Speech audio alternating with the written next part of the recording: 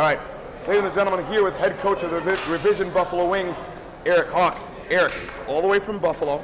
You guys are playing well. 2-1 right now in pro, correct? Yep, correct. Your loss was in your last game, but you had 2 big wins to start the tournament off. Tell us about those 2 wins. First game was against the Mudcats. That was a war. Bodies were flying, sticks were breaking. We were lucky enough to come away with a win. Huge 2 points in that game. Conacher was able to score with 9 seconds left, so gave us a 3-2 win. Has that Mudcat Wings rivalry kind of picked up? Is it a rivalry now? Can we call it that? I would say so. I mean, we've played each other quite a bit this year. I think we've played them 4 times so far this year, and we've been lucky enough to win every game. So, that's great. And then second game was the Iska game. They kind of came out, played a box against us, and we were able to break through for a couple of goals. We broke the box up, and we ended up winning 7-1. We ate about 4 or 5 minutes of the clock, with the lead. We wanted to keep the goals against down, so we just kind of ate the clock late in the game. How do you keep your guys focused? You're probably one of the youngest teams here, besides Iska, but there's a difference between you and Iska. You're one of the top echelon teams here. How do you keep your guys focused, as young as they are? It's more of a mental thing with these guys.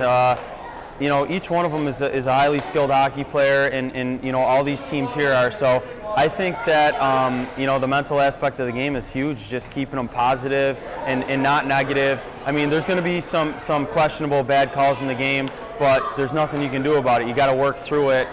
We had a no-goal called in the Palma game.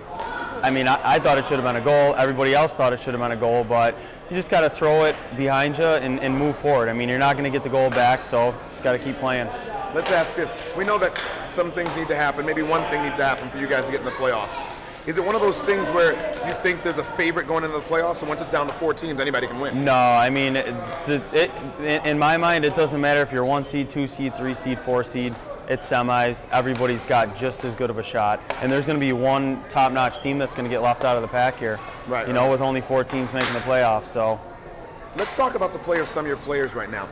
You've got a young team. You've got Kyle Kozlowski and Ty Walls, and I bring them up because they're 2 of your dangerous guys on the power play. Can you talk about their play, not only at this tournament, but in the past history for the Buffalo Wings? It's been great to see these guys, grow up and progress. Kyle Kozlowski is only 19 years old. Tyler Walzer is 23. So Kyle's the younger of the 2.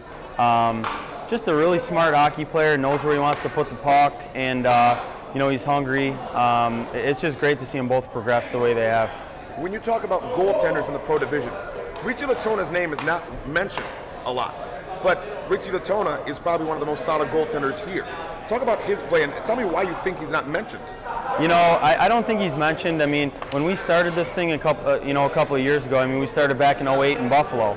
We were a bunch of no-namers. Nobody knew who anybody was on our team, and it still is kind of that way. I mean, we have a couple of players. You get the Walzers and the Conachers and stuff like that mentioned, but for the most part, we're just a good team with a lot of no-namers out there. We're starting to make a name for ourselves, though. So, talk about the family aspect of your game. When I say family aspect, when you get into a pro division and AAA divisions at Tours and Platinum everywhere else, you get into those divisions and you got players jumping from team to team. How do you guys stay together as a team and come back every single year with the same core? Like you said, I mean, exactly. We're a hockey team, but we're also a family at the same time. A lot of these guys are really good friends outside of the rink. We really don't do a whole lot of recruiting. I mean, we've had a couple of guys here and there fill in for us, but for the most part, we're all from Buffalo. Like I said, a lot of these guys hang out outside of the rink. I have some get-togethers at my house every once in a while. We try to practice once a week, and it's just kind of a bond that we formed over the past couple of years. And you really don't see that a lot anymore in the game for top-notch teams to be all from the same area. Yeah, there's guys jumping ship all the time. I mean, every tournament you come out to, you rarely ever see the same team. You're right. Somebody's always picked up on this team or that team. I kind of take pride in that too. I really like having the same core of guys and just seeing them grow up and mature into top-notch hockey players and one of the best teams in the country. Now, talk about one more player for me.